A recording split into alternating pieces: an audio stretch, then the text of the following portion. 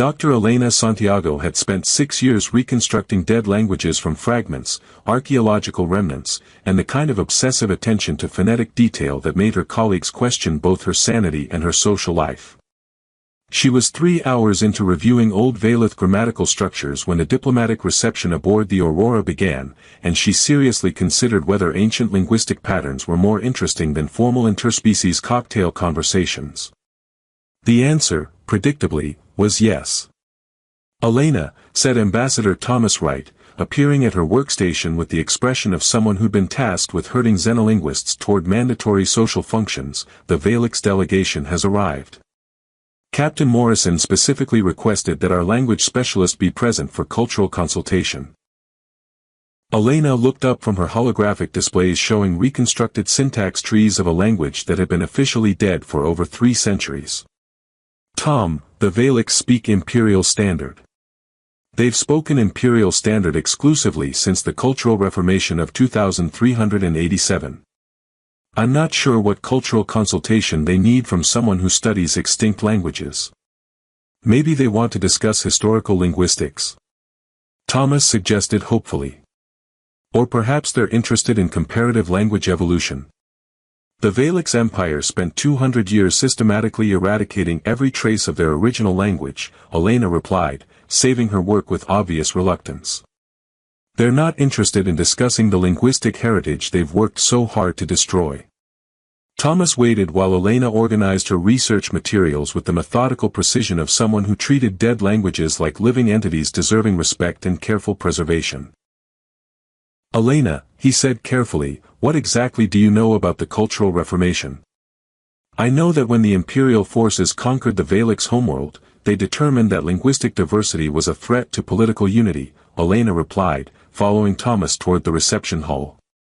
"So they banned the use of Old Velith, destroyed most of the literature and historical records, and mandated that all education be conducted in Imperial Standard. And you've been studying this banned language because..." "Because," Elena said with the passion that had driven her through 6 years of graduate work in xenolinguistics, "language is the soul of a culture. When you destroy a people's words, you destroy their ability to think in the patterns that made them unique. The Cultural Reformation wasn't just political conquest, it was cognitive genocide." Thomas was quiet for a moment as they approached the reception hall, where beings from multiple species were engaged in the kind of diplomatic socializing that passed for international relations in their corner of the galaxy. "Elena," he said finally, "maybe don't lead with the cognitive genocide analysis when talking to the Valix delegation." The reception hall had been decorated in the style that diplomatic events favored, neutral, elegant, and carefully designed to avoid giving any single species' aesthetic preferences prominence over others. Elena spotted the Valix delegation immediately. They were tall, graceful beings with the characteristic blue-tinted skin and elongated ears that marked their species, wearing the formal robes that suggested both wealth and political authority. At the center of the group stood someone who could only be Queen Zephyr herself, distinguished not just by the elaborate ceremonial regalia that marked her royal status, but by the way she carried herself with the kind of natural authority that made everyone else seem like they were playing dress-up. "Your Majesty," Ambassador Wright said, approaching with proper diplomatic protocol, "may I present Dr. Elena Santiago, our mission's xenolinguistic specialist." Queen Zephyr turned toward Elena with the polite attention that formal introductions required, and Elena found herself looking into eyes that were the color of deep ocean water, currently showing shades of curiosity mixed with the carefully controlled emotions of someone accustomed to formal diplomatic encounters. "Dr. Santiago," Queen Zephyr said, her voice carrying the musical undertones that made Valix speech sound like carefully orchestrated harmony even when speaking Imperial Standard. "Ambassador Wright mentioned that you study comparative linguistics. An interesting field for someone working in interspecies diplomacy." "Thank you, Your Majesty," Elena replied, trying to focus on diplomatic courtesy rather than the fascinating phonetic variations she was detecting in the Queen's accent. "I specialize in endangered and extinct languages, with particular interest in preserving cultural heritage through linguistic documentation." Something flickered across Queen Zephyr's expression, too quick for Elena to interpret, but significant enough to suggest that her specialty had touched on something more personal than academic interest. "Fascinating work," Queen Zephyra said carefully. Though I imagine there's little practical application for languages that are no longer spoken. On the contrary, Your Majesty, Elena replied, warming to one of her favorite topics. Understanding how languages develop and change over time provides crucial insights into cultural values, thought patterns, and historical experiences. Even languages that are no longer actively spoken continue to influence the peoples who once used them. Queen Zephyra's attention had shifted from polite diplomatic interest to something more focused, though Elena couldn't determine whether that was positive or concerning. Dr. Santiago, the Queen said, what languages do you currently study? Elena felt something tighten in her chest as she realized that this conversation was moving into territory that might be politically sensitive. Currently, I'm working on reconstruction of several extinct trade languages, comparative analysis of pre-conquest linguistic patterns, and... She paused, studying Queen Zephyra's carefully neutral expression, documentation of Old Valith. The silence that followed was the kind that happened when entire star systems held their breath. Queen Zephyra's composed royal demeanor remained intact, but Elena noticed that her hands had moved unconsciously to adjust the ceremonial pendant at her throat. Old Valith, Queen Zephyra repeated, her voice carrying new undertones that Elena's trained ear recognized as carefully controlled emotion. That language has been extinct for centuries, Dr. Santiago. I'm surprised there are sufficient materials available for meaningful study. There are more fragments than most people realize, Elena said carefully, trying to gauge whether Queen Zephyra's interest was academic, political, or personal. Archaeological sites, encrypted diplomatic records, even some literary works that survived in private collections. Literary works, Queen Zephyra said, and Elena caught something in her tone that sounded remarkably like longing. The conversation was interrupted by Lord Commander Vex, a tall Valix male whose ceremonial armor and commanding presence suggested high military rank. He approached their group with the kind of purposeful stride that indicated official business. Your Majesty, he said, speaking rapid Valix that Elena's universal translator rendered into imperial standard, the trade ministers require your consultation regarding tomorrow's negotiations. But Elena's trained ear caught something the universal translator had missed, subtle phonetic patterns in Lord Commander Vex's speech that suggested he wasn't speaking standard imperial, but rather a dialect that retained elements of much older linguistic structures. More importantly, Queen Zephyra's response carried inflections that Elena recognized immediately as genuine Old Valith grammatical patterns, barely noticeable but unmistakably present to someone who had spent years studying the language's unique syntactic structure. Without thinking, Elena found herself responding in fluent Old Valith, her pronunciation carefully modulated to match the ancient poetic traditions she'd reconstructed from historical fragments. Var Thalen nei Korith Salvan, Nethys Corvala Valix Thurin Dun High, she said, asking whether the queen remembered the old songs that spoke of stars dancing in harmony with the voices of her ancestors. The effect was immediate and dramatic. Queen Zephyra's composed royal facade shattered completely, her ocean-colored eyes widening with shock that rapidly shifted to something that looked like desperate hope mixed with terror. Her hands moved unconsciously to cover her mouth, as if the words Elena had spoken were somehow physically manifesting in the space between them. Kes Thalen nei. Queen Zephyra whispered, her voice trembling with emotions that 6 years of Elena's linguistic training had not prepared her to interpret. Who are you? The question came out in pure Old Valith, spoken with the fluent precision of a native speaker, and Elena realized that her academic reconstruction of a dead language had just collided with something infinitely more complex and personal than she had ever imagined. Around them, the diplomatic reception continued with polite conversation and cultural exchange, but Elena felt like she and Queen Zephyra were standing in a bubble of shared linguistic intimacy that had suddenly made the rest of the galaxy irrelevant. Anise Corveth Elena Santiago, Elena replied softly, introducing herself in the formal pattern she'd painstakingly reconstructed from ancient texts. I am a keeper of words that were meant to live forever.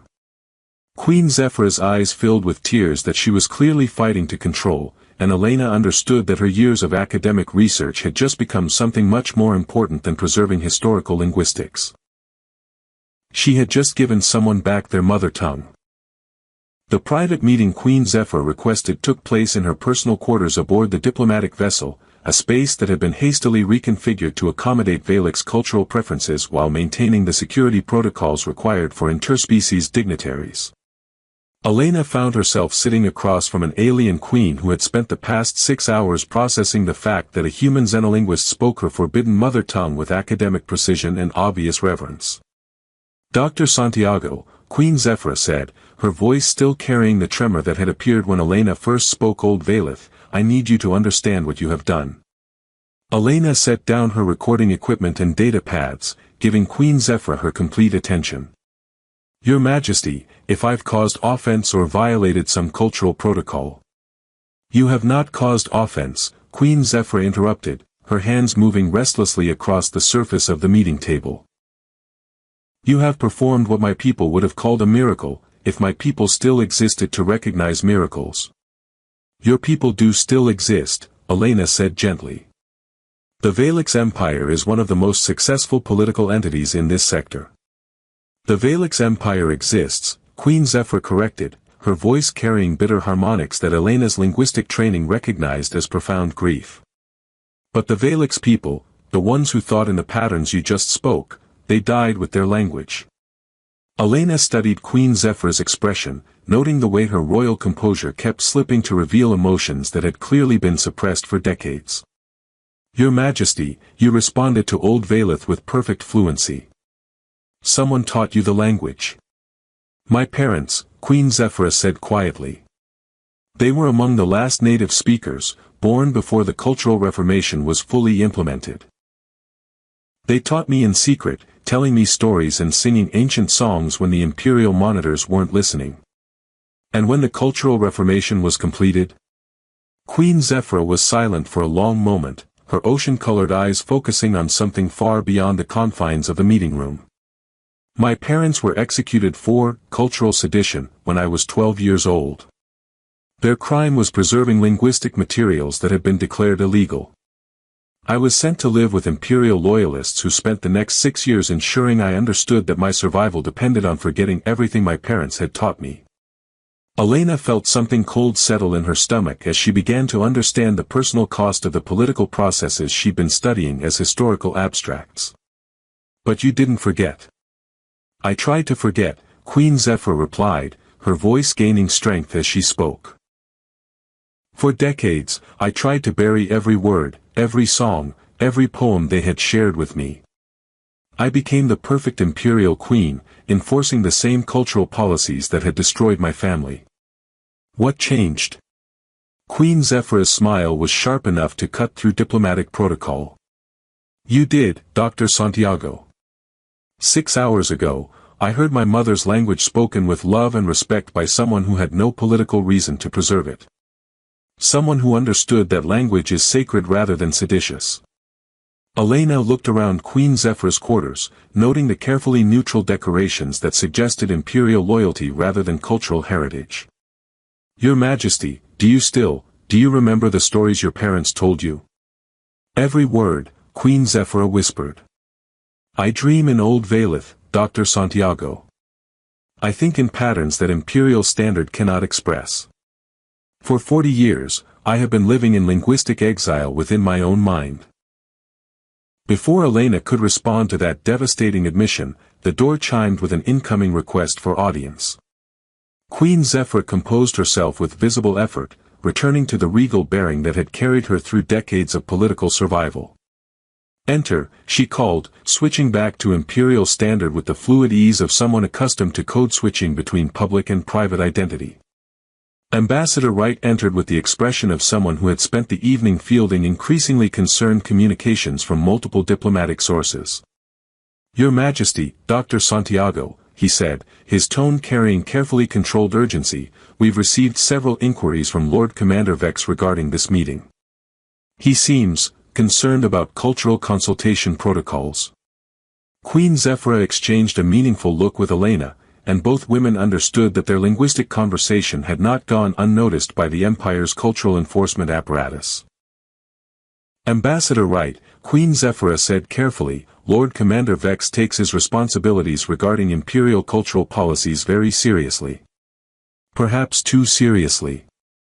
Is there something I should know about Dr. Santiago's research that might affect diplomatic relations? Thomas asked, clearly trying to navigate between academic freedom and political necessity.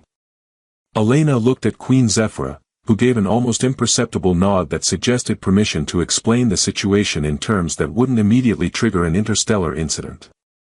Tom, Elena said, it appears that my research into Old Valith has personal significance for Her Majesty. The language preservation work I've been doing touches on cultural heritage that's more alive than historical records indicated.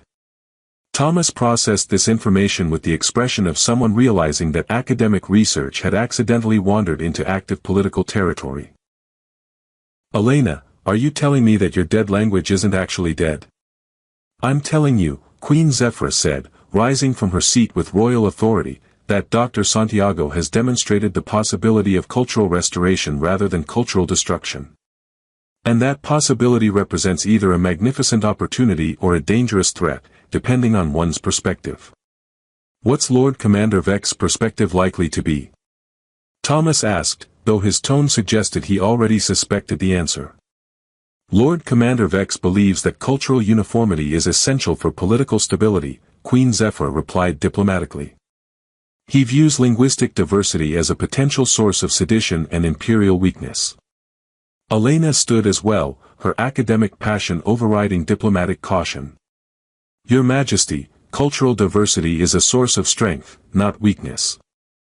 Languages evolve and adapt because they serve human needs that political systems can't fulfill.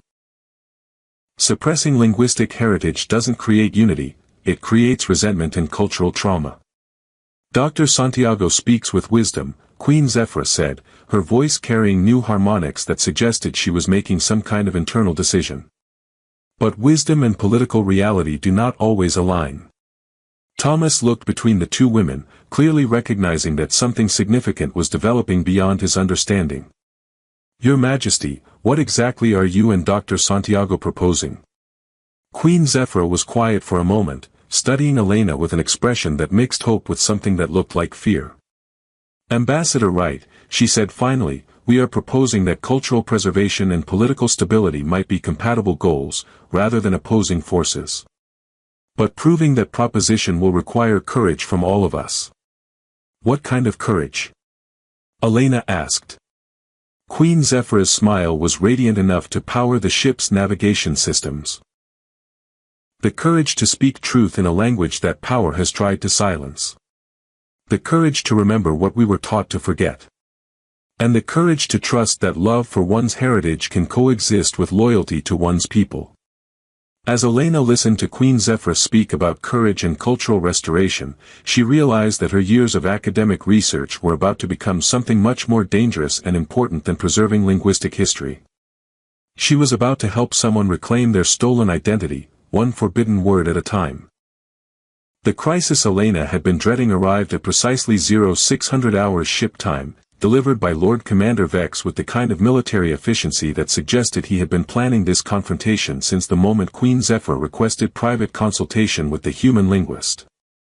Dr. Santiago, he announced, entering the ship's conference room with an escort of Valak security personnel who managed to look both respectful and threatening, I require immediate clarification regarding your research activities and their potential impact on imperial cultural policies.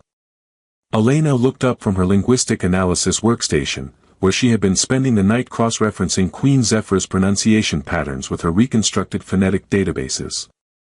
Lord Commander Vex, my research is purely academic.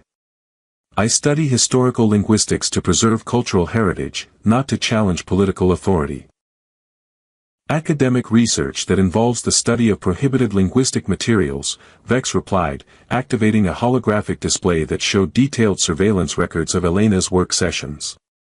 Research that has apparently progressed to the point where you can speak a banned language with sufficient fluency to engage in extended conversation with members of the imperial family. Elena felt something cold settle in her stomach as she realized that Lord Commander Vex had been monitoring not just her research, but her interactions with Queen Zephyra. Lord Commander, Old Valith is a historical language. Studying it poses no threat to contemporary political stability. Dr. Santiago, you demonstrate remarkable naivety for someone with advanced training in cultural analysis, Vex said, moving closer to her workstation with predatory precision. Language is never merely historical. Language is identity, loyalty, and political consciousness. When you teach someone to think in patterns that predate imperial authority, you teach them to question imperial legitimacy. Before Elena could respond to that accusation, the conference room doors hissed open and Queen Zephyra entered with the kind of royal bearing that made everyone else seem like they were playing dress-up. Lord Commander Vex, she said, her voice carrying the musical harmonics of formal authority, I was not aware that you had scheduled consultation with our diplomatic guests. Your Majesty, Vex replied, executing a precise military salute that somehow managed to convey respect while maintaining an undercurrent of challenge, I am conducting necessary security assessment of potential cultural contamination threats. Cultural contamination threats. Queen Zephyra's tone carried dangerous undertones that Elena's linguistic training recognized as barely controlled fury. Your Majesty, Dr. Santiago's research involves prohibited linguistic materials that could undermine imperial cultural unity. Furthermore, her ability to speak banned languages presents obvious security risks should such knowledge spread beyond controlled academic contexts. Elena watched this exchange with growing understanding that she had accidentally wandered into a political conflict that went far deeper than language preservation. Queen Zephyra wasn't just defending academic freedom, she was protecting Elena from the same cultural enforcement mechanisms that had destroyed her own family. Lord Commander, Queen Zephyra said with careful formality, Dr. Santiago's research has my personal authorization and protection. Are you questioning my judgment regarding cultural policy?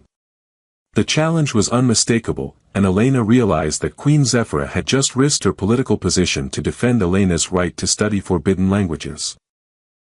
Your Majesty, Vex replied carefully, I am questioning the wisdom of allowing external influences to resurrect cultural elements that the Empire has determined to be incompatible with political stability.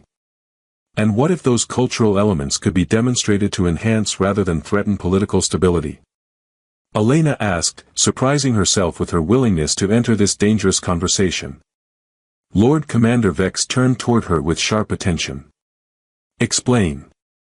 Elena looked at Queen Zephyra, who gave an almost imperceptible nod that suggested permission to proceed with whatever argument Elena was developing.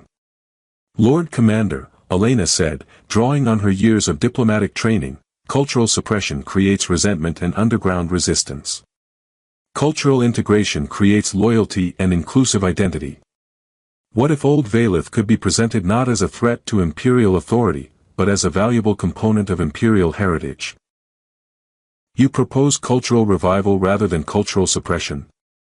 Vex asked, his tone suggesting that Elena had just proposed something fundamentally dangerous to everything he believed about political control. I propose cultural evolution, Elena corrected. Languages and cultures that are allowed to develop naturally tend to integrate with contemporary political systems. Languages and cultures that are suppressed tend to become symbols of resistance against those same systems. Queen Zephyra stepped forward, her expression showing something that looked like hope mixed with determination. Dr. Santiago speaks with wisdom, Lord Commander. Perhaps it is time to consider whether our cultural policies serve imperial strength or imperial fear. Your Majesty, Vex said, his voice gaining edge, cultural uniformity has maintained imperial stability for over 2 centuries. Linguistic diversity was eliminated because it posed a demonstrable threat to political unity. What if we could prove otherwise? Queen Zephyra asked. What if we could demonstrate that cultural diversity serves imperial interests rather than threatening them? Lord Commander Vex studied both women with obvious calculation, clearly recognizing that he was facing something more organized than academic curiosity or royal whim. Your Majesty, he said finally, what exactly are you proposing? Queen Zephyra exchanged another meaningful look with Elena, and both women seemed to reach some kind of silent agreement about the risk they were prepared to take. I am proposing, Queen Zephyra said, her voice carrying new harmonics that suggested she was making a decision that would reshape her entire reign, that we test Dr. Santiago's theory through controlled cultural experimentation. What kind of experimentation? The kind that demonstrates whether cultural heritage can coexist with political loyalty, Elena said, stepping forward to stand beside Queen Zephyra. The kind that proves love for one's ancestral traditions can enhance rather than threaten commitment to contemporary institutions. Lord Commander Vex was quiet for a long moment, processing the implications of what they were suggesting. And if this experimentation proves that cultural diversity does threaten political stability, then we will have learned something valuable about the relationship between heritage and loyalty, Queen Zephyr replied. But if it proves that cultural suppression creates the very resistance it seeks to prevent, we will have discovered a path towards stronger imperial unity. Your Majesty, Vex said carefully, this proposal carries significant risk. If cultural revival leads to political instability, the consequences could affect the entire empire. Lord Commander, Queen Zephyra said, her voice gaining the kind of steel that Elena suspected had made her an effective ruler for decades. Maintaining current policies also carries significant risk. The difference is that cultural evolution offers the possibility of growth, while cultural suppression offers only the certainty of continued resentment. Elena watched Lord Commander Vex process this argument, noting how his military training seemed to be warring with his cultural enforcement instincts. What specific parameters would govern this cultural experimentation? He asked finally. Queen Zephyra's smile was sharp enough to cut through diplomatic protocol. Parameters that demonstrate respect for both cultural heritage and contemporary political reality. Parameters that prove true strength comes from integration rather than elimination. As Elena listened to Queen Zephyra negotiate the possibility of cultural restoration with the same official who enforced cultural suppression, she realized that her academic research was about to become the foundation for something unprecedented in galactic politics. They were going to prove that you could love your ancestors without betraying your contemporaries, one carefully chosen word at a time. The moment that would determine the future of Valak's cultural policy arrived 3 days later in the Empire's Grand Council chamber, where Queen Zephyra was scheduled to address the assembled leadership about trade negotiations, diplomatic protocols, and what Lord Commander Vex had described in official documents as cultural security assessment findings. Elena stood in the observation gallery alongside Ambassador Wright, both of them aware that they were about to witness either a historic breakthrough in interspecies cultural relations or a spectacular political disaster that would end Queen Zephyra's reign and Elena's academic career simultaneously. Are you certain about this plan? Thomas whispered, consulting his diplomatic notes with the nervous energy of someone who understood that the next hour would determine whether their mission was remembered as innovative diplomacy or catastrophic cultural interference. I'm certain that Queen Zephyra knows her own people and her own political situation better than anyone else in this room, Elena replied, though her voice carried undertones that suggested she was trying to convince herself as much as reassure Thomas. The council chamber filled with the kind of formal pageantry that important political gatherings required, representatives from dozens of Valak's worlds, military commanders whose ceremonial armor suggested both artistic beauty and functional intimidation, and cultural administrators whose presence reminded everyone that the Empire's unity had been achieved through carefully managed social engineering. Queen Zephyra entered with the kind of royal bearing that made everyone else seem like supporting characters in her personal drama, wearing ceremonial robes that incorporated traditional Valak's design elements alongside imperial symbols of authority. Honored representatives, she began, her voice carrying the musical harmonics that made formal Valak speech sound like carefully orchestrated performance. We gather to discuss policies that will determine our empire's path forward through an increasingly complex galactic political landscape.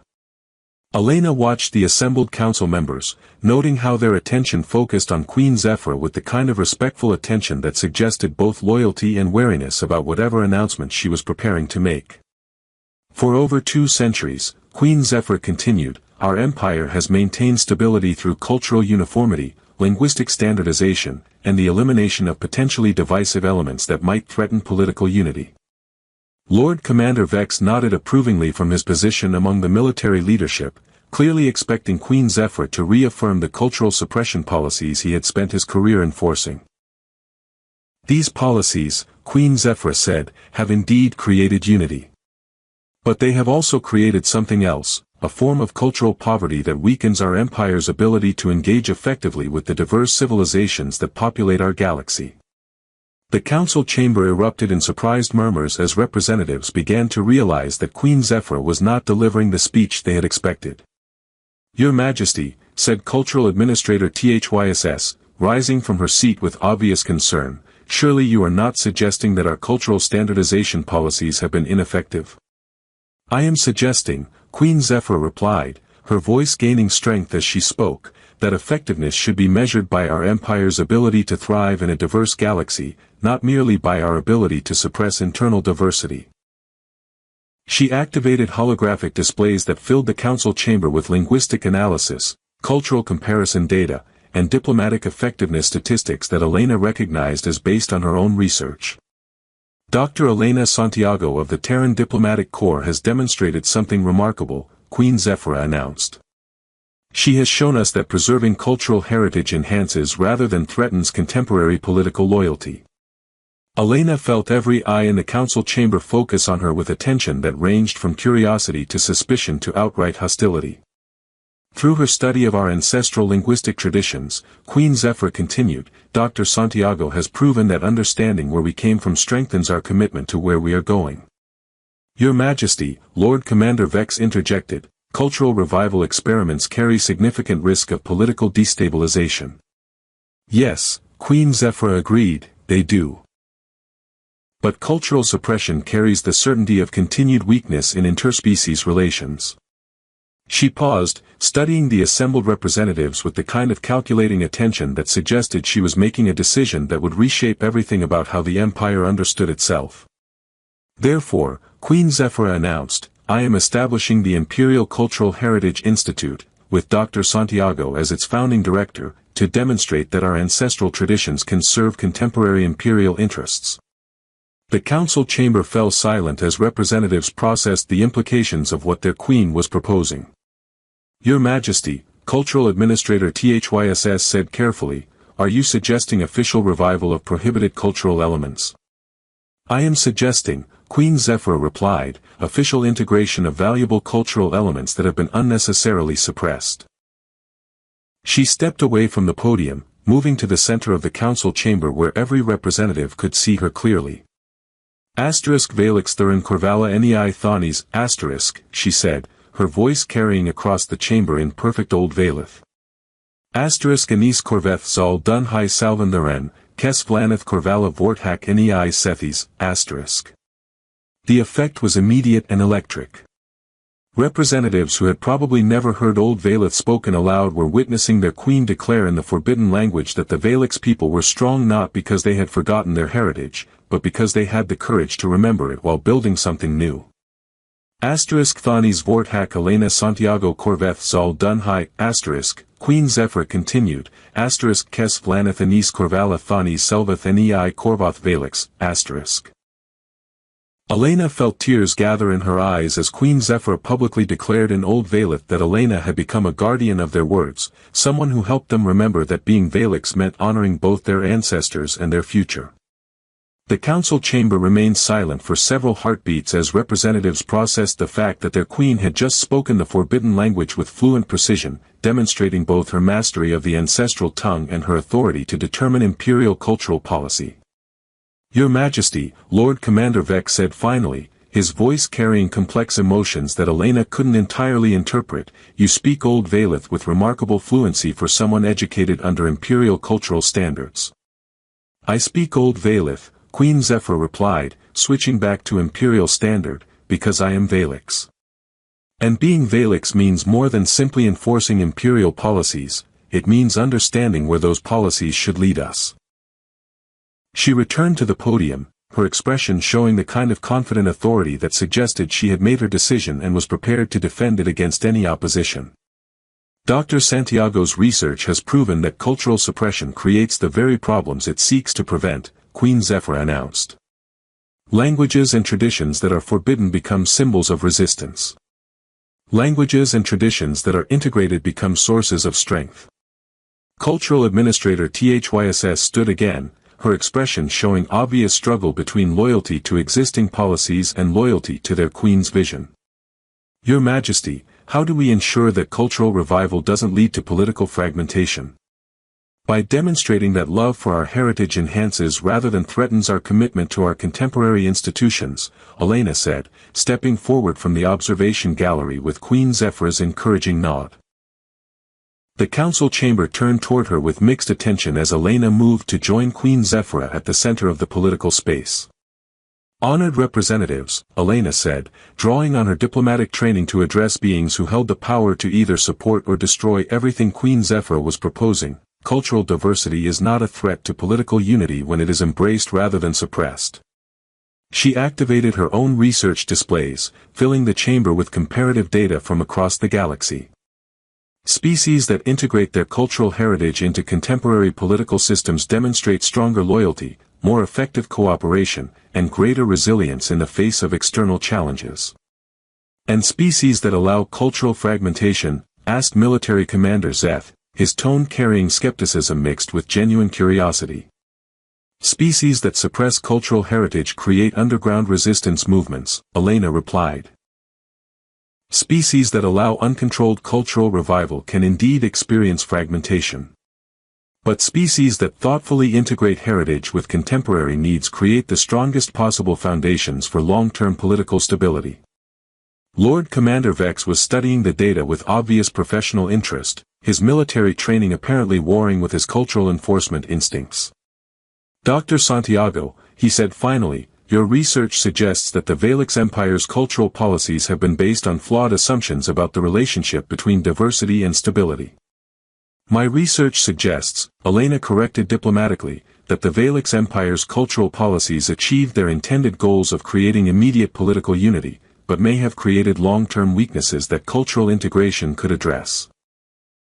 Queen Zephyra stepped forward, her expression showing something that looked remarkably like pride mixed with affection as she watched Elena navigate the complex political territory of challenging imperial policy while respecting imperial authority. Dr. Santiago speaks with wisdom, Queen Zephyra announced.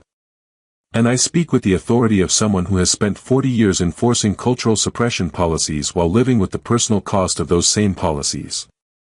The admission created another moment of electric silence as representatives processed their queen's revelation that she had been personally affected by the cultural destruction she had officially overseen. Your Majesty, Cultural Administrator THYSS said softly, are you saying that you personally experienced cultural suppression?